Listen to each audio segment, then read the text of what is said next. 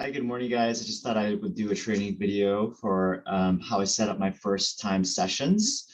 Since I do this all the time, I'm just going to make a recording so I don't have to do this every single time. But for your first session, the main goal is to make your client feel at ease. I always spend the first couple of minutes just asking them about their family life, their interests, making small talk, and as well as introducing myself. I always tell them this line, and I would recommend that you use it as well. I always tell them, hey, you don't have to call me Mr. Cam or anything. I'm not your teacher. Feel free to call me Darren. I'm not here to grade you or judge you. I'm just here to serve you and make you better. I want you to feel very comfortable asking me questions. And I really believe that making mistakes is a critical part of learning. So again, I want you to feel very comfortable making mistakes, asking me questions. You're my boss, and I will do my best to serve you. I tell them a little bit about my family too. So before I'll show you my setup in a second, but what I do is I just make a little like slideshow for them. I'm just like, okay, you know what, here. Hopefully you guys can see this. I'm like, this is my wife, Kathy. This is my son, Caden, my daughter, Kaylee. I was born and raised in Hawaii. I love snorkeling. I love the outdoors. I just show them some pictures that are on my wall. You snorkeling with turtles and fishes. I'll just run through this with you guys. Open water shark diving. Just ask them a little bit about their interests. I love hiking.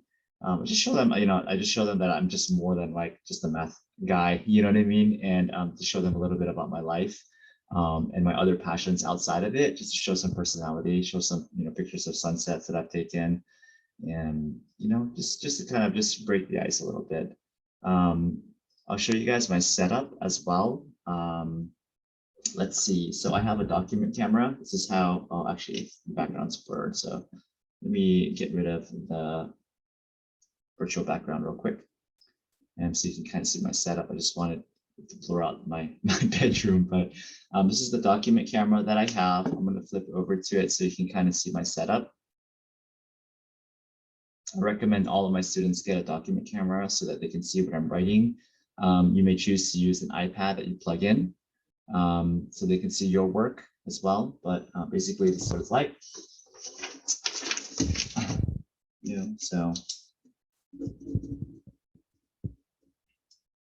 that I have my lamp right over here.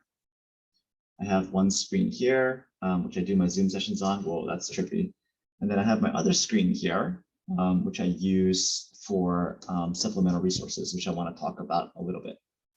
So after you kind of give them that spiel, introduce yourself, ask them about themselves, and remember the magic line is, I'm not here to grade you or judge you, just here to serve you. What I do is I have my screen set up, and I'll share with you kind of how I run my sessions. So I will usually lecture on here. So I might say today's topic is trigonometry or whatever, right? And I'll go through the steps. I'll make them write it down. For those people with document cameras, you can kind of see in real time what they're writing. You can teach them how to format their notes. A lot of students don't know how to take notes. If you have integrated math students, a lot of times it's disjointed or there's no note taking. So, this is where you kind of like deconstruct your ideas and try to break it down. One really important thing that you should be doing is constantly checking for understanding. And by that, you do not just ask them, does this make sense? You don't ask them. Everyone will say yes. It's your job as a professional tutor for you to be convinced that they get it. So you ask them, okay, after you explain a concept, explain to me what I just did. And if it's a lower level class, integrated math 1, 2, 3, especially 1, 2 algebra, if you have time, you just give them a sample problem. So the concept could be something like, okay, you know what? Today I'm going to lecture on trigonometry. I want to understand that you get it. Here's a quick, I call these U-tries. So I'll explain a concept and I'll just do something like, okay, sine 27 equals x over 28. And I'll just watch them do it. And you'll see them make errors all the time and you can catch it in real time. So it's a really, really good teaching strategy. You just do that over and over again. All right, so just real quick too, I want to show you my setup. Here, I'll screen share this.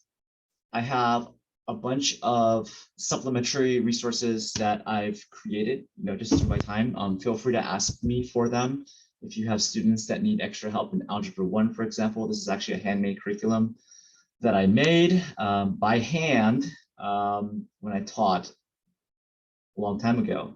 I have some geometry resources as well. This is all from CUDA software. Basically, another great resource is like CUDA software. You can Google pretty much any topic and CUDA software, K-U-T-A. I could do something like exponents, CUDA software, and it'll pop up. And this is like a really, really great resource. I assign this for homework and supplemental practice all the time, almost daily. For extra, there's pretty much every single worksheet that you could ask about. This is for geometry, just proving lines parallel. The CUDA stuff you can use for Algebra 1 as well. I tend to use my own curriculum though, but of course that'll work for Algebra 1 as well. For integrated math, you have these textbooks over here. They're easily accessible on homework.cpm.org for integrated math 1, 2, 3. There are answer keys as well. Just ask me for it. And I have, if you have integrated math students, I have a note-taking protocol that I can share with you. Essentially, it's an organized binder separate from what they do in class, exclusively for tutoring, organized only by topics alphabetically. So if the topic is E, you put it under E for exponents because it's completely disjointed. For other students, they might have big ideas math. These are all great supplementary resources as well that I can give you the link to. Just text me or ask me for them. Algebra 1, geometry, Algebra 2. There might be pre-calculus ones as well. I'm not sure. This is a pre-calculus book that one of my students is using. So I'll always have these supplementary resources out on my screen. This is really, really, really helpful if you have integrated math students. This was compiled by the Glendora High School District in LA, in Southern California. These are basically chapter tests and really, really, really great resource that you can just do with your students for extra practice that are standardized and repeatable. You can do them over and over and over again. A couple of calculators that I like real quick, Desmos.com. These are amazing. I'm sure you've heard of it. If not, it'll blow your mind. Basically, really, really easy resource to find, all kinds of stuff. And then this is another calculator that I like as well. It's symbollab.com/solver. This will blow your mind. It'll do all sorts of things for you. Partial fraction decomposition, trigonometry, matrices and vectors, all sorts of shortcuts here. If you have any other questions, you can let me know. But yeah, this is just a training video of how I set up my desk to optimize your online sessions. I'm always accessible via text message. If you need to reach out to me, just send me a text, 510-688-1752. Hopefully you found this helpful, and yeah, but remember, have fun with your students, inspire them, help them to get better one problem at a time, and just make sure they feel super comfortable learning from you, and smile a lot, joke around with them a lot, and have a good time, right? Hope you guys have great first sessions, and